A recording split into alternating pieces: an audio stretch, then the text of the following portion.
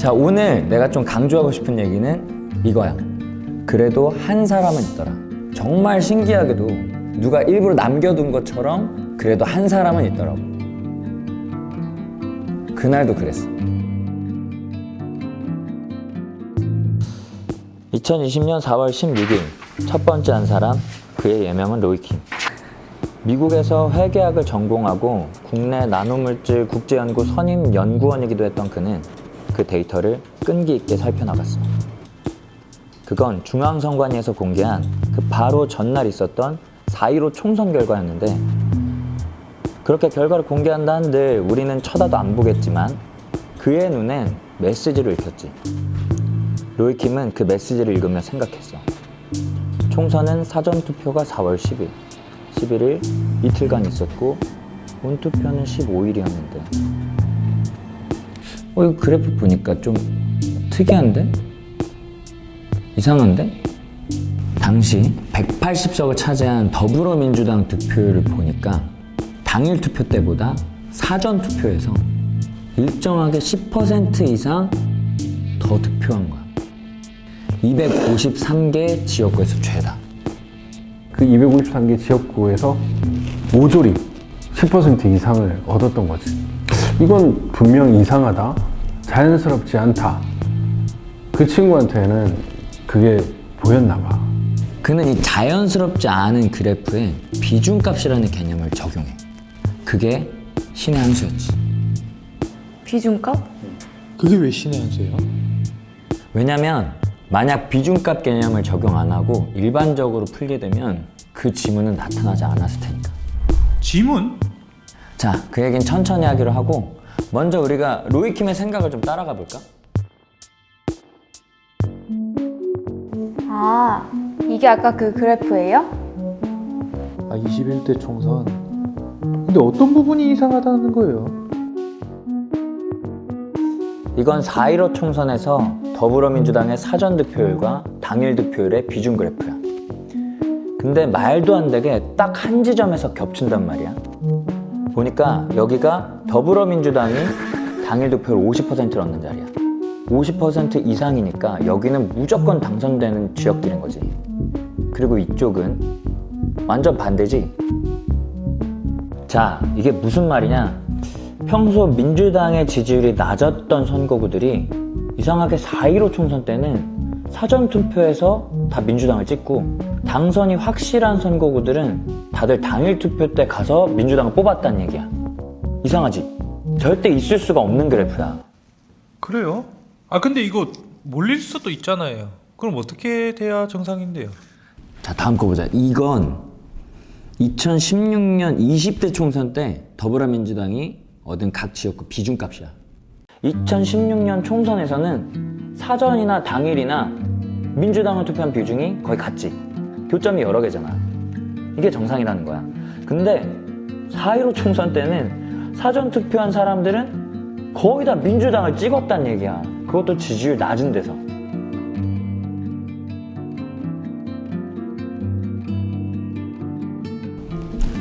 로이킴은 생각해. 어떻게 설계했길래 이런 그래프가 나오는 걸까? 누가? 왜? 그는 이 선거 결과 그래프를 보면서 역추적을 하기 시작했어. 분명 이 지지율 상위 그룹과 하위 그룹 사이에 어떤 관계가 있을 거야. 근데 너무 어려워요. 그래서 뭐 관계를 찾았어요. 무슨 관계래요? 찾았지. 관계 당연히 있지. 근데 그 두 그룹의 관계보다 더 놀라운 걸 발견해. 문자판이 나타난 거야. 추적하는 과정에서 문자가 나타났더라고. 마치 강바닥 깊숙이 앉아 있었던 미제 사건 단서가 갑자기 수면 위로 올라오듯이 총 16개의 소문자 알파벳으로 구성된 문자열이. 무슨 내용이 들었어요? 근데 그거 누가 한 거예요? 아 이게 해킹 당한 건가? 아니, 해킹은 아니야. 해커라면 자기 흔적만 남기고 가는 게 목적이라면 선거 득표율을 인위적으로 제어해둔 그 시스템을 망쳐버렸겠지. 그러나 그 지문은 아주 세심하게 들키지 않게 의뢰인의 요구를 최대한 해치지 않게 조심하면서 입력돼 있었어. 그러니까 그건 이 선거 득표율 프로그램을 세팅한 설계자 혹은 그 설계팀의 흔적이었던 거야. 아무도 모르게? 왜요? 왜냐? 글쎄, 신념? 그러니까 나는 그쪽 감성은 잘 모르겠어. 근데 화가든 작가든 자기 작품에 낙관을 찍잖아. 근데 이 지문, 이 메시지는 그냥 한 개인이 잘난 척 같은 건 아니었던 것 같고 오히려 그 내용은 충성심 같은 그런 느낌? 충성심? 뭐라고 새겨져 있었는데요? 자, 문장을 가르쳐 주기 전에 우선 조금 어렵더라도 이걸 먼저 이해하고 넘어가야 돼. 아니 무슨 내용이 적혀 있냐고요. 문장보다 이걸 먼저 알아야 돼. 우리나라 선거구 몇 개인 줄 알아? 한 뭐 2, 300개 안 되나요? 정확하게는 253개야. 그리고 각 선거구에는 고유 번호가 붙어 있어. 1번은 서울시 종로구, 2번은 서울시 성북구 갑, 부산 영도구는 50번. 그리고 마지막 253번은 종로에서 제일 먼 제주 서귀포시. 이건 중앙선관위에서 각 지역구 데이터를 관리하기 쉽게 붙여둔 고유 번호야. 그럼 선거구는 총 253개. 프로그래머에게 숫자와 기호는 어떤 문학 작품이나 그림보다는 더 다양하고 무한하거든. 이 숫자를 조합해서 시스템을 제어하기도 하고 문자로 변환해서 문장을 도출하기도 하고. 2020년 민주당은 되게 특이하게 총선 역사상 처음으로 253개 지역구 전부 다 출마를 해. 사실 원래 선거 치를 때 당선될 확률 적은 데는 잘 출마 안 하거든. 선거하는데 돈 드니까 15% 이상 득표하면 선거비 냈던 거 돌려주는데 그 10%의 지지율을 못 받으면 한 푼도 못 받아. 국민의힘 사람들이 저 호남 지역에서 출마를 안 하는 것처럼 민주당도 자기 지역색이 약한 곳은 출마를 안 하는 게 일반적이었거든. 그러니까 진짜 자신 있지 않으면 안 한다는 거야. 그쵸. 그런데 민주당은 그해 자신이 있었는지 253개 선거구에 전부 다 출마해. 전부 다요? 싹 다. 그리고 252개 지역에서 모두 15% 이상을 득표를 해. 한 군데 빼고 전부 다요? 그치. 한 군데 빼고 전부 다 돈 돌려받은 거야. 헐. 근데 그 하나는 어디예요? 경주. 근데 거기도 되게 웃긴 게 딱 395표 부족했어. 그래서 선거비의 절반은 받았거든. 그러니까 선거 비용에 2억이 들었다고 치면 한 표에 25만 원 꼴인 거야. 선거는 사전 투표 이틀과 당일 투표 하루로 진행이 됐고 어느 지역은 민주당 지지율이 높고 어느 지역은 민주당 지지율이 낮았겠지. 어디는 사전 투표율이 높고 어디는 당일 투표율이 더 높을 거야. 설계자는 이런 빅데이터를 철저히 분석해서 253개 선거구를 설계해. 어느 선거구에 표를 얼마나 더 얹어야 이길 수 있는지, 또 어떻게 배분을 해야 조작한 티가 덜 날지 미리 철저히 계산을 하는 거지. 게다가 이 설계자는 여기에 넣고 싶었던 문장이 있었어. 그 지문. 더 디테일한 과정이 필요했던 거지. 문장 넣다가 망하면 안 되니까. 그래서 굳이 2단계나 더 거쳐서 지문을 새겨 넣은 거야. 그런데 로이킴이라는 어느 청년이 이거 좀 이상한데? 하고 역추적해 가다가 그 설계자의 지문을 발견한 거야. 발견한 문장이 그 16자가 바로 로이킴이 발표한 그 문장은 Follow the Party였어. 팔로우 더 파티? Follow the Party. 당을 따르라. 영메이컨 땅쪽. 영원히 당을 따르라. 이 뜻이야. 당이요? 공산당 보호야. 아.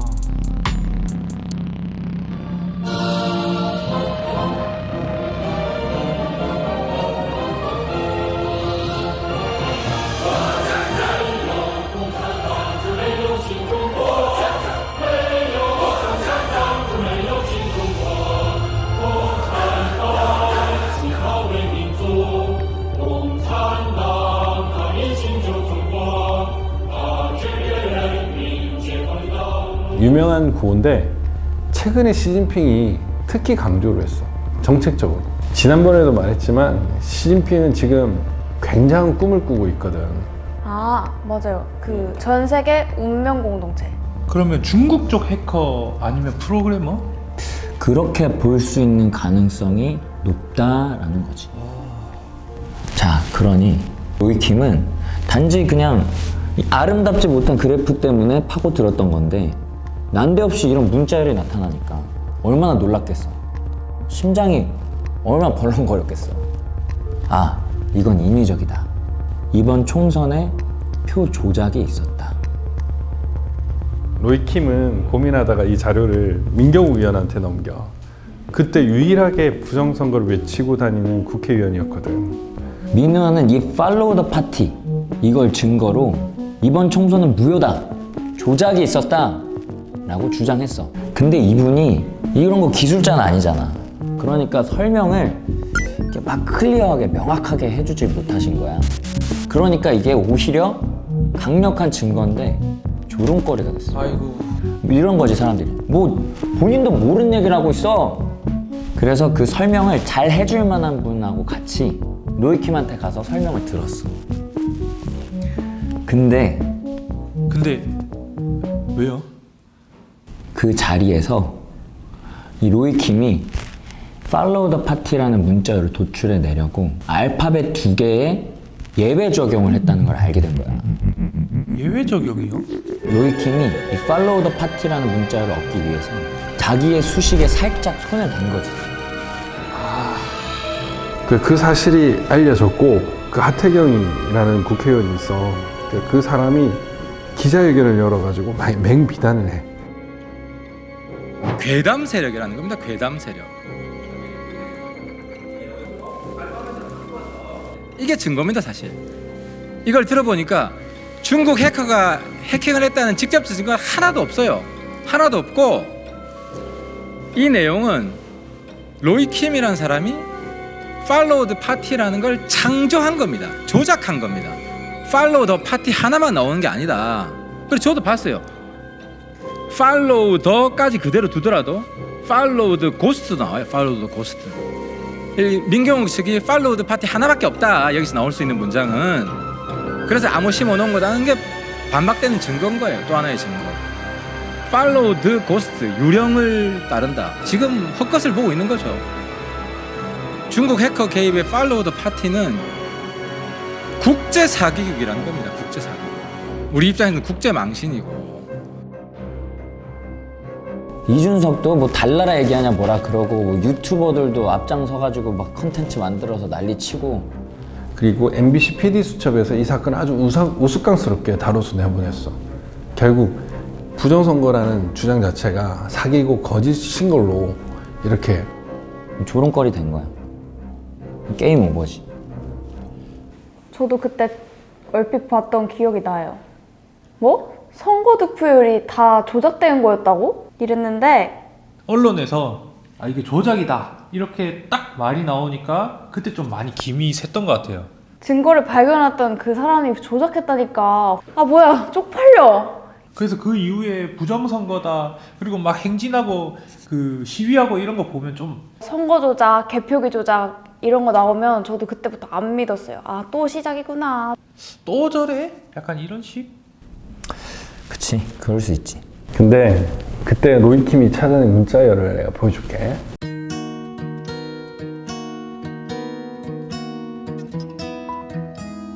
아 진짜 팔로우 더 파티가 아니네요. 여기랑 여기 두 칸이 비었어요.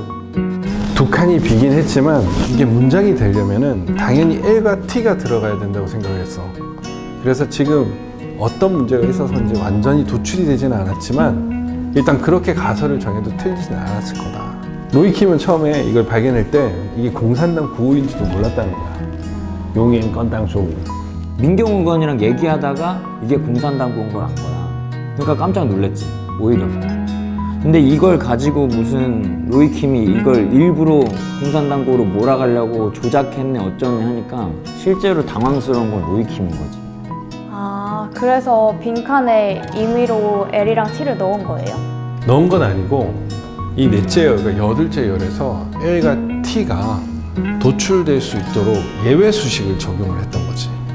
아, 이해가 되기도 하는데 뭐랄까 좀 실망스러운 게 조금은 있는 것 같아요. 좀 다 완벽하게 다 밝혀내고 좀 이거를 발표했으면은. 맞아. 그랬으면 좋았는데 근데 이건 사실 어떤 프로그램이 어떻게 수식화됐는지 밝혀내는 과정이지 X값은 얼마 이렇게 정답을 찾아내는 과정은 아니니까. 무슨 말이냐면은 프로그램을 역추적하다가 16개의 문자열을 찾아냈어.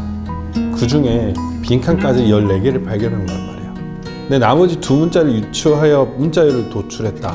여기까지도 충분히 유의미한 과정이거든. 사실 문자열이 이렇게 눈에 나타나는 것만으로도 되게 신기한 일이야. 자, 기운을 내자. 아까 내가 시작할 때 한 말 기억나? 한 사람은 있더라. 맞아. 한 사람. 정말 예외 없이 언제나 한 사람은 있다. 정의는 그렇게 하늘 외면을 받지 않는다. 뭐예요? 아직 끝난 게 아니었어요? 아니야. 끝이 아니야. 그 뒷이야기가 더 있어. 로이킴이 사실 누군지는 잘 몰랐어요. 그래서 그 사람이 그럴 이유가 뭐가 있나, 뭐가 아쉬워서 그렇게 생각했죠. 어디서 착오가 있었겠지 그랬죠. 근데 그때 마침 제가 그 수주하려고 했던 계약 하나가 갑자기 취소가 되면서 시간이 남게 됐죠. 그래서 로이킴의 로직을 찬찬히 따라가 봤어요. 그랬더니 70%는 맞는 거예요. 비중값을 적용한 것도 탁월했고 아주 머리가 비상한 친구였어요. 근데 30%는 분명 이제 오류가 있어요. 이럴 때 저와 같이 그 실제로 이제 설계를 하고 시스템을 개발해 본 전문가는 딱 알죠. 아, 이건 설계자가 처음에 계획했던 대로 실행이 안 된 거다. 뭔가 돌발 상황이 생긴 거다. 바로 아는 거죠. 자, 돌발 상황. 이렇게 꼼꼼히 여러 단계 최적화 과정까지 거쳐가면서 설계를 했는데 설계자가 미처 생각지도 못했던 그 돌발 상황은 대체 뭐였을까? 그것만 찾아내면 이 문자열을 완성할 수 있다. 장용호 프로그램은 그렇게 생각했던 거예요. 그래서 결국 찾았어요? 뭐 찾았으니까 지금 얘기해 주시는 거겠죠? 아닌가? 2020년 4월 15일 총선 당일 충남 부여군 옥산면 개표소. 사전선거 투표용지 415장을 지금 막 전자개표기로 개표를 끝낸 참이었어. 결과는 1번 후보 180표, 2번 후보 80표. 역시나 1번 후보의 승리였지. 그런데 이때 현장에서 지켜보던 참관인들이 항의를 해. 이상해요. 앞만 봐도 이거 100표씩 차이가 나. 그 투표지 좀 같이 좀 봅시다. 그 기계가 너무 빨라가지고 순식간에 지나가니까 잘 못 보서. 개표 참관인들이 거센 항의를 하니까 선관위 직원들은 할 수 없이 개표한 투표지를 확인시켜줘. 근데 얼핏 봐도 2번 후보를 찍은 투표지가 굉장히 많이 1번 쪽으로 가 있는 거야. 이게 뭐예요? 재고표에 이렇게 한 거야. 그래가지고 결국 다시 재개표를 하기 시작했어. 아, 그럼 수개표로요? 아니, 다시 자동 개표기로. 엥? 그러면 결과도 똑같지 않나? 그치, 똑같을 것 같지? 그쵸. 근데 여기 신의 한 수가 있었어. 선관위 직원이 그때 그 투개표기를 껐다 켜. 개표기에 전원이 들어오고 재개표를 했어.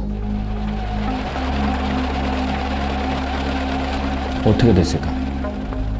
아까 1번 후보가 몇 표라 그랬지? 1번이 180표, 2번이 80표, 둘이 총 100표 차이. 그런데 재개표 결과 1번 159표, 2번 170표. 2번 후보 승리했던 거지. 개표기가 그렇게나 정확하다고 했던 개표기가 잘못 분류한 표가 90장이나 있었던 거야. 말이 돼? 말이 안 되잖아. 그게 진짜 말이 돼요? 이거다. 이거다. 장용호 씨가 이 뉴스를 보고 무릎을 쳤어. 아, 이 사건을 로이킴이 몰랐을 수 있겠다. 로이킴이 팔로우 더 파티를 도출해냈던 시점엔 부여 뉴스가 보도되지 않았던 때였어요. 뉴스가 한 달 후에나 나왔거든요. 그러니까 로이킴이 그냥 선거 결과대로 적용했을 거고, 그래서 설계자가 설정한 문자들이 다 도출되지 않았구나. 그럴 수도 있겠다. 그렇게 생각을 한 거죠. 아 그러니까 로이킴은 부여 사건을 모르니까 민주당이 진 걸로 결과 배치를 해서 재개표하기 전 득표수를 적용한 것이 아니라 실제 결과를 적용했을 것이다. 그냥 발표된 대로 159, 170 이걸 한 거야. 그러면 원래대로 민주당이 이기기로 계획했던 대로 설계자가 계획했던 대로 돌리면 팔로우더 파티가 나올 수도 있겠다 생각을 한 거지. 되게 소름 돋네요, 이거. 그게 설계자가 몰랐던 돌발 상황이었던 거네요. 맞아. 거기 말고도 부여의 다른 개표소에서도 참관인들 항의로 몇십 장씩 결과가 바뀌었거든.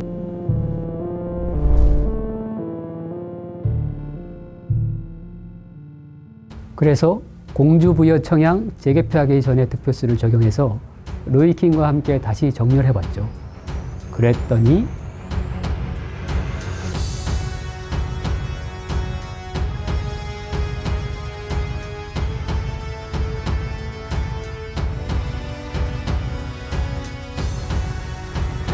와, 소름! 드디어 나타났어요. 맞아요. 팔로우 더 파티. 그러니까 아까 비었던 두 칸의 L이랑 T 둘 다 나타났네요. 근데 그거밖에 없어? 이거 더 앞뒤로 여기 그냥 빈칸이었잖아요. 맞아. L과 T뿐만 아니라 로이킴이 그냥 빈칸 스페이스로 계산했던 자리까지 언더바가 나타난 거야. 그리고 두 번째 L 자리는 울산 동구였는데 당선은 미래통합당이 됐어. 근데 생각지도 못했던 민중당이 사전투표에서 34%나 차지한 거야. 근데 이걸 놓친 거지. 그래서 적용에 오차가 생겼던 거야. 장영우 씨가 이 오차를 잡아서 적용을 한 거지. 로이킴이 그 문장을 나오게 하려고 억지로 조작했다, 사기쳤다, 오해를 많이 받았어요. 설계자가 처음 실행한 득표율을 적용을 하니까 그제서야 그 문장이 제대로 나오는 거죠. Follow the party. 저도 속이 너무 후련했어요. 제가 로이킴을 자유롭게 해줬죠. 와, 진짜 속이 다 시원하네요. 근데 사람들이 이것까진 잘 모르는 것 같아요. 다시 증명했던 거. 지금의 이야기는 뒷이야기니까 이 이야기 다 잘 모르는 거잖아요. 근데 이거 다 조작이다, 거짓말이다 이렇게 계속 선동됐고 뉴스 나고 이랬는데 다 거짓말이라고 했었는데 지금 뭐래요?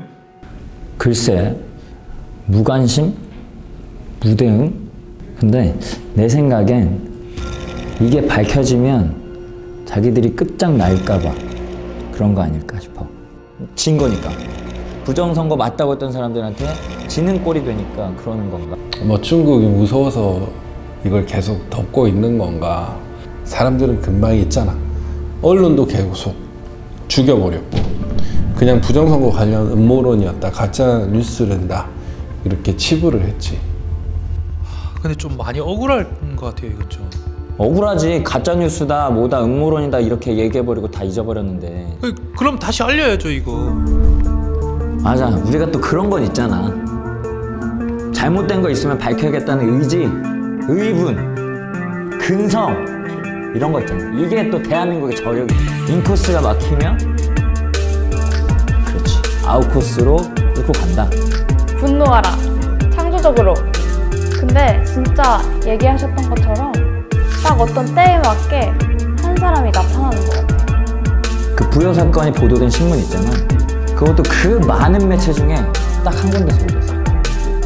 그분도 딱 그 한 사람이신 거네요? 그치. 압박 중에서도 쓴 거지. 꼭 한 사람이 있었고 그 타이밍이 또 있었던 거야. 많으면 좋겠지만 한 사람, 또 그 순간 용기 있는 한 사람이 있으면 악을 밝힐 수가 있고 악을 무찌를 수가 있다고 생각해.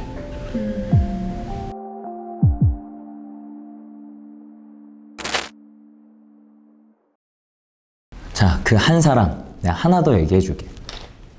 평소에 한번 경험을 한번 해보자. 적극적으로 참여를 하게 된 거죠. 구리시 투개표 현장이라 그래야 되나? 사전 투표, 본 투표, 투표하고 나면은 나머지 과정을 어떻게 또 전달을 되는 과정인가 이것까지 해서 투표 마감하면 옮기는 게 있잖아요. 선거에 할 수 있는 거는 다 참석하게 된 거지, 지원해가지고. 뭐 거기에 좀 의혹이나 의심이 가는 거는 자기네한테 신고해달라는 거 아니겠어요? 그게 저희 담당이잖아요. 그러니까 외부 침입 못하게끔 이렇게 해서 굉장히 철저한지 알고 그게 잘하는구나 이렇게 생각을 했던 거죠. 그런데 공직선거법 181조 9항 개표 참관인은 어떤 상황에도 사진 촬영, 전화, 기타 어떤 통신기기를 활용해서라도 이상한 것이 있으면 증거를 확보하여 외부에 알리라고 돼 있어. 촬영권은 보장되어 있거든. 그 이종원이라는 분도 그렇게 교육을 받았지. 뭐 성실한 분이셨던 것 같아. 배운 대로, 곧대로 성실한 대한민국 국민. 투표 마감인 6시. 구리시 53개 투표소에서 마감된 것들이 막 들어오기 시작해. 근데 신기한 게 알 수 없는 것, 커다란 검은 가방들이 저 체력 단련실로 간 거야.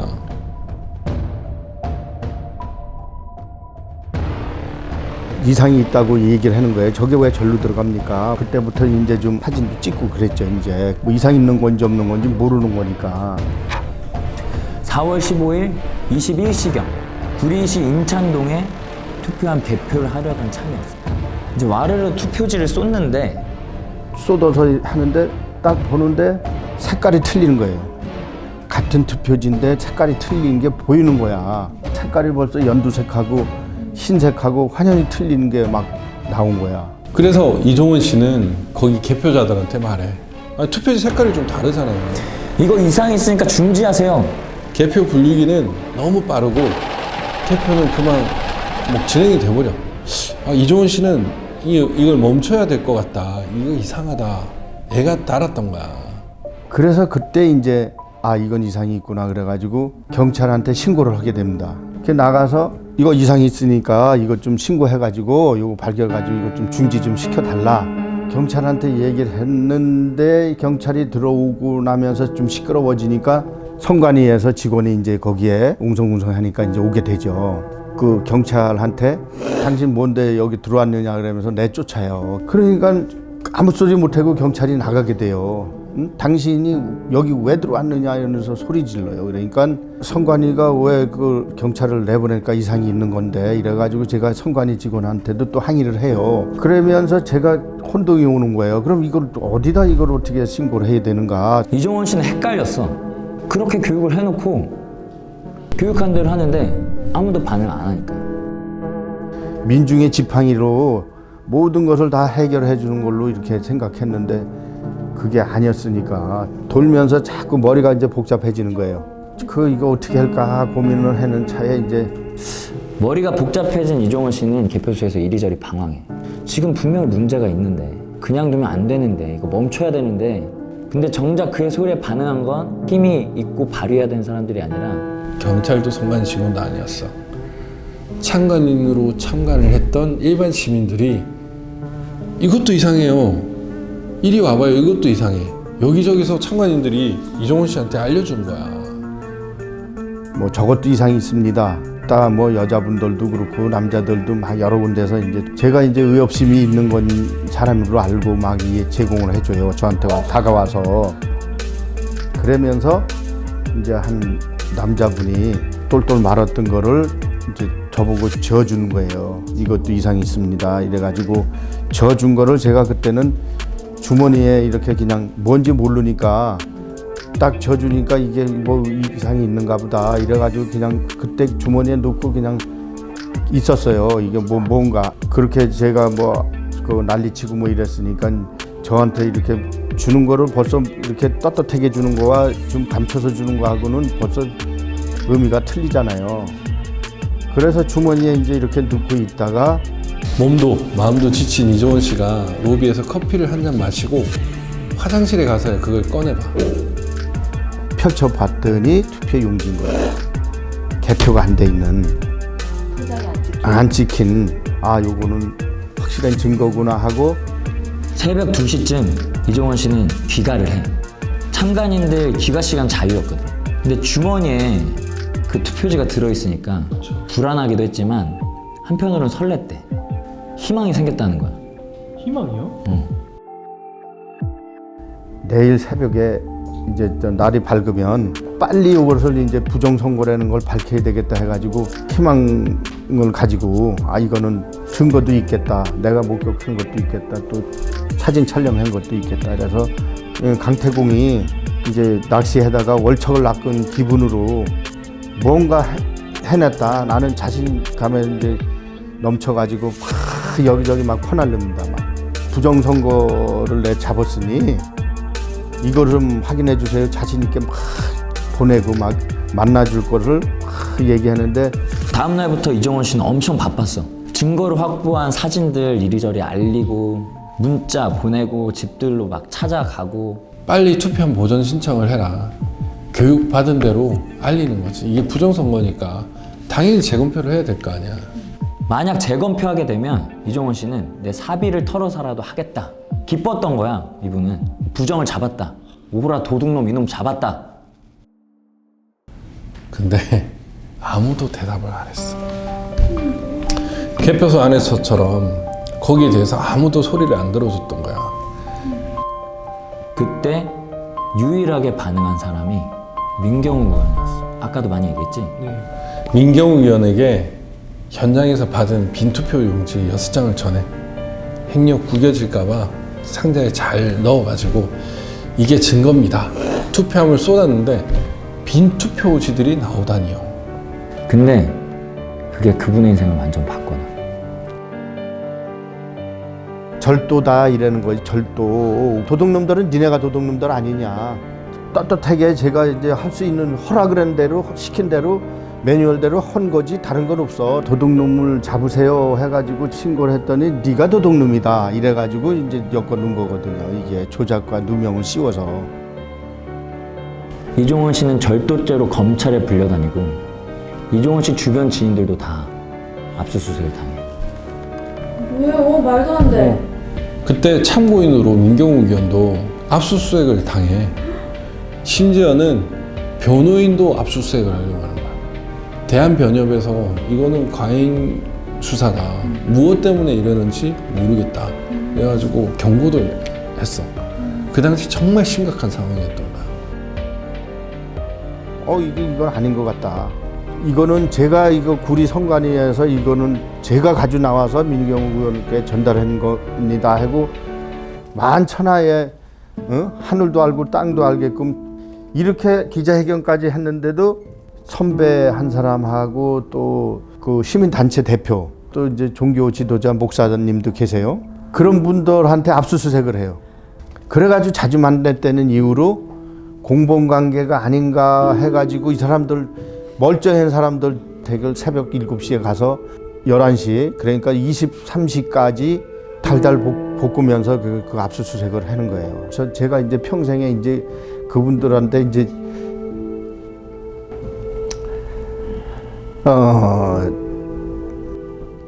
그러니까 말하자면은 거품을 만드는 거품을 제가 복받쳐서 이러는 거지.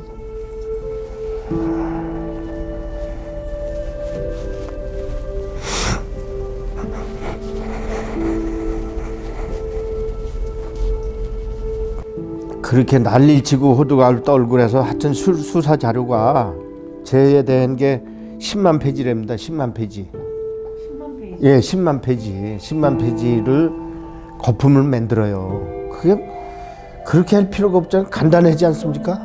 어떻게 하든지 민경욱 의원하고 또 제 주변하고 사전에 모의가 있어서 계획적으로 사회를 혼란시키고 야기시켰다는 이런 명분을 만들려고. 이종원 씨는 그 당시 변호사와 상담을 했어. 가서 당당히 조사를 받으세요. 3시간만 고생하면 될 겁니다. 그렇게 변호사가 상담을 해줬대. 이게 뭐 죄가 됩니까? 어려운 일을 한 건데 사실 공익죄 보였거든. 그래서 변호사 말만 믿고 가벼운 마음으로 갔는데 그렇게 가볍게 갔는데 18개월을 선고받아. 실형 18개월. 그때부터 바로 독방 8개월. 서신 연락 같은 것도 할 수가 없었어. 정치범으로 잡혀서 들어간 거라서 유시찰이었거든. 아무것도 못했어. 그건 아니죠. 어디 뭐 몰래 들어가서 훔쳐온 것도 아니고. 부정선거에 대한 증거물 확보 때문에 가지고 나온 거잖아요. 검사를 받으면서 죄목이 점점 더해져. 분명 개표 현장에서 누가 이종원 씨한테 은밀하게 투표지를 줬잖아. 그렇죠. 근데 그 정체불명의 가방대 집어넣었던 그 체력 단련식 기억해? 네네. 그 이종원 씨가 거기에 몰래 들어가서 가방을 열고 그 안에 봉지를 뜯고 거기서 6장을 절취를 했다고. 에? 그렇게 공소사실이 적은 거야. 그거 아니잖아요. 그래. 근데 가방에서 이종원 씨 DNA까지 검출이 됐다는 거지. DNA? 제가 이제 그 조사 받을 때 구강 채취 옹해느냐 해서 하라고 그래갖고 구강 채취를 했어요. 얼마든지 하라고. 침에서 나오는 DNA와 또 땀이 흘려서 손에서 나왔으면 손에서 나오는 DNA가 번호가 틀리다는 거예요.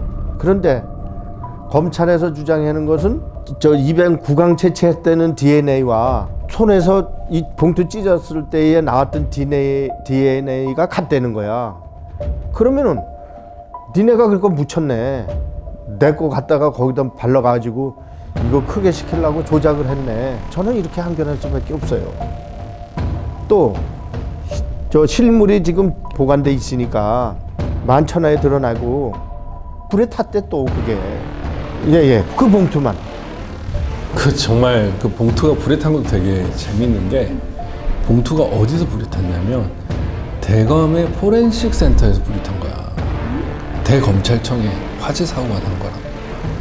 그래서 잠깐 불이 났다가 꺼졌는데 그 봉투만 불에 탄 거야. 그 봉투만 불에 탔다고요? DNA가 검출됐는데? 말이 돼 이게? 아 진짜 너무 답답해요. 그러면 그분은 어떻게 됐어요? 얼마 전에 1년 6개월 다 채우시고 출소하셨어요. 그 선거 투개표 참관인 경험상을 질환했다가 또 교육받은 대로 또 성실하고 진실을 밝히려고 최선을 다한 죄로 전과자가 됐고 구속을 됐던 거야. 와. 명예회복을 하고 싶은 거죠. 그런 게 억울한 거죠. 제가. 그 안에서 고통은 말도 못하죠.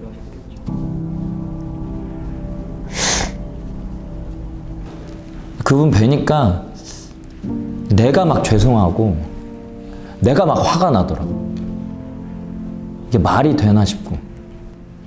그래서 어르신 찾아가서 여쭤봤어. 어르신 출소하셨는데 또 선거네요. 마음이 좀 어떠세요? 근데 의뢰가 왔대. 투개표 참관인으로 와달라고.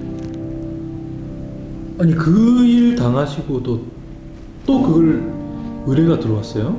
진짜 두 번 다시 그렇게 하고 싶지 않을 것 같아요. 요번에 투개표 참관인에 추천해서 올릴 테니 좀 맡아달라. 그래서 아유 저야 환영을 하죠. 진짜요? 예, 그 연락이 왔어요 저한테. 그 구리시에서. 그래서 그 얼마든지 제가 하겠습니다. 이래가지고 지금 그런 거는 두렵진 않아요. 그건 두렵지 않고 어려운 일을 했다 해가지고 전 자부하고 내 앞에서 부정선거가 사실은 아니었었다 하는 거는 함부로 얘기하지 말라라고 해서 제가 그 이준석 대표한테도 함부로 부정선거가 없다라고는 까불지 말아라. 내가 산 증인이 나하고 1대1로 토론을 하자. 감옥에서도 편지 보내준 그런 내용도 다 있습니다. 그러니까 지금 나와 보니까 뭐 하태경이가 뭐 부정선거는 없었더라고 얘기했다고 했는데 부정선거 아니라는 거 함부로 얘기하지 말아라. 얼마든지 얘기해 줄 수 있는 사업하고 이걸 모를 때는 저 사람들이 이거 할 일이 없나 뭐 왜 저렇게 아스팔트 위에서 저런 짓을 하고 떠들고 있나 이랬는데 보니까 이 사람들이 괜히 나와가지고 이거 떠들고 이렇게 하는 게 고생하는 게 아니더라 해서 이제 나도 이제 좀 목소리 좀 내야 되겠다 싶은 거예요. 지인 중에 북한 인권 관련 일을 하는 분이 있는데 시중신 그 시진핑 아버지 이 사람이랑 여러 번 만났다라는 거야. 근데 그 양반이 그랬다는 거지. 우리는 김정일을 별로 지지하지 않는다. 하지만 한국 때문에. 근데 한국 때문에, 중국에 바로 붙어서 자유민주주의로 치고 올라오는 한국 때문에 북한은 싫지만 연대를 한다는 거야. 민주주의가 위협적이어서. 기억해. 지금 흑인들이 그 선거권 한 장, 그 투표지 한 장을 얻기 위해서 얼마나 많은 전쟁을 치르고 피를 흘렸는지, 지금도 얼마나 많은 나라들이 그 선거권 때문에 피를 흘리고 있는지. 국민이면, 자유민주주의 국가 국민이면 누구나 갖게 되는 그 한 표, 그 한 표 지켜내는 게 이렇게 어려운 일이야. 그리고 이렇게 강한 일이야. 공산당이 위협으로 느끼는 거야.